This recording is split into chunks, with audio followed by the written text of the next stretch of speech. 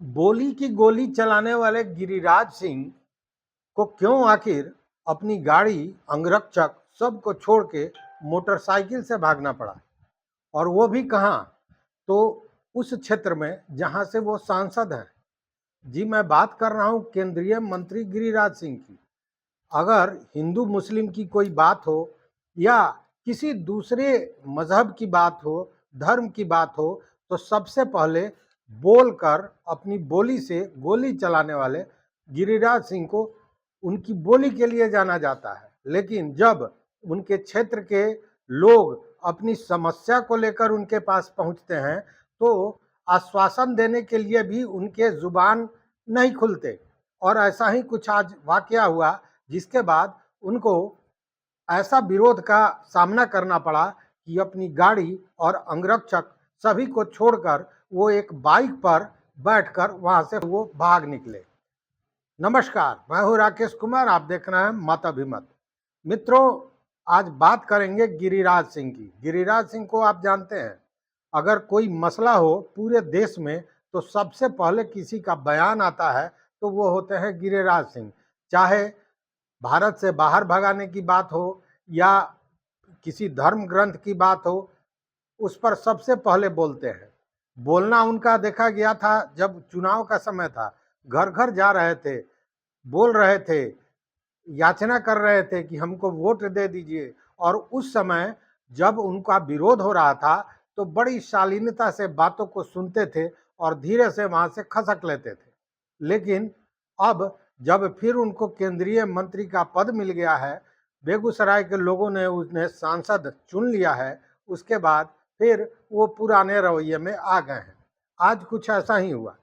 गिरिराज सिंह डाकबंगला road स्थित उमर बालिका girls school के पास एक पार्क का शिलान्यास करने जा रहे थे। रास्ते में ही जब वो जा रहे थे, उसी दौरान कैंटीन चौक पर कुछ प्रदर्शनकारियों ने उनका घेराव किया, लेकिन उनका काफिला रुका नहीं, काफिला वहां से निकल गया। अब ये प्रदर्शनकारी वहां से पैदल ही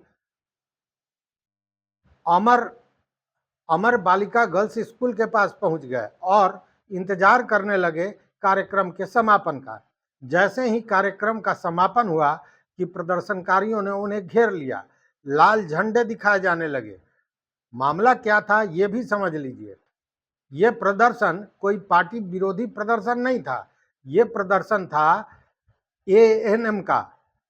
मित्रों, आप जानते हैं कि 22 जुलाई से ही बिहार चिकित्सा स्वास्थ्य कर्मी संघ के बैनर के तले एएनएम जो है वो कार्य का बहिष्कार कर रही हैं। एक तरह से कहें हड़ताल पर हैं, प्रदर्शन कर रही हैं हर जगह।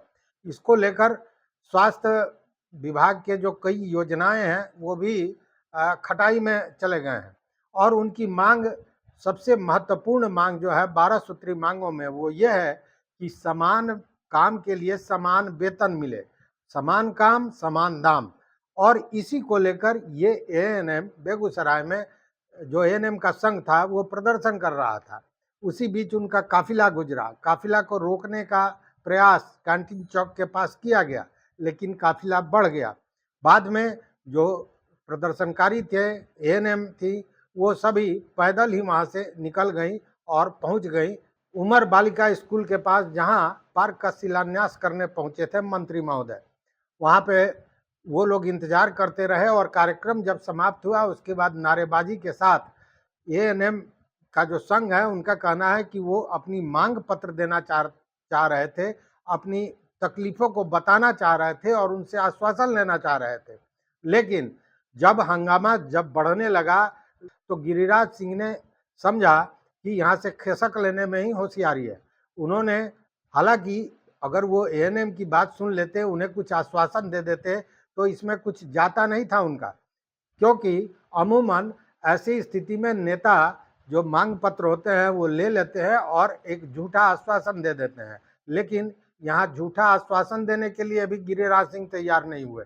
वो वहां से अपना अंगरक्षक और गाड़ी, चूंकि गाड़ी का घेराव कर रखा था एएनएम प्रदर्शनकारियों ने, तो उन्होंने गाड़ी को भी छोड़ दी, अंगरक्षक को भी छोड़ दिया और एक मोटरसाइकिल पर सवार होकर वहां से भाग निकले। देखिए, अब इस विरोध का कारण क्या है यह भी समझने वाली बात है।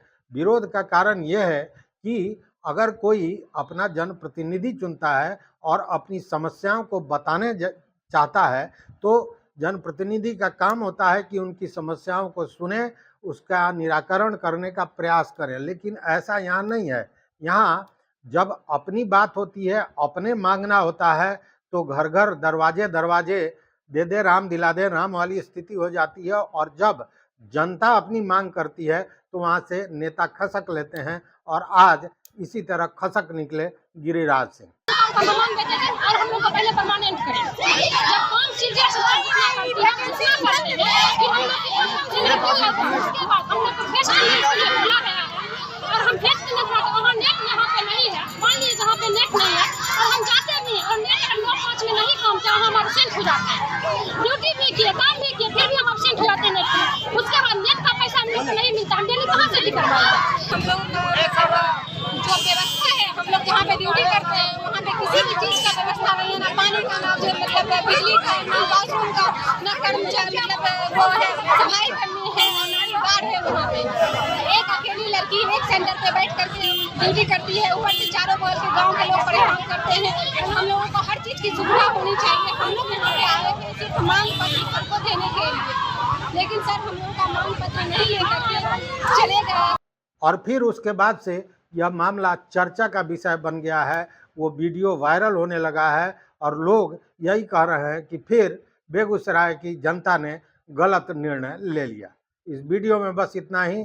देखते रहिए मत अभिमत। मित्रों, चैनल पर नए हो तो निश्चित रूप से सब्सक्राइब कीजिए, लाइक कीजिए, दोस्तों के साथ शेयर कीजिए, और ये जो नेताजी ने कारनामा किया है इस पर अपना वक्तव्य, अपना मत, अपना विचार हमारे कमेंट बॉक्स में जरूर दीजिए। बहुत बहुत धन्यवाद, बहुत बहुत धन्यवाद।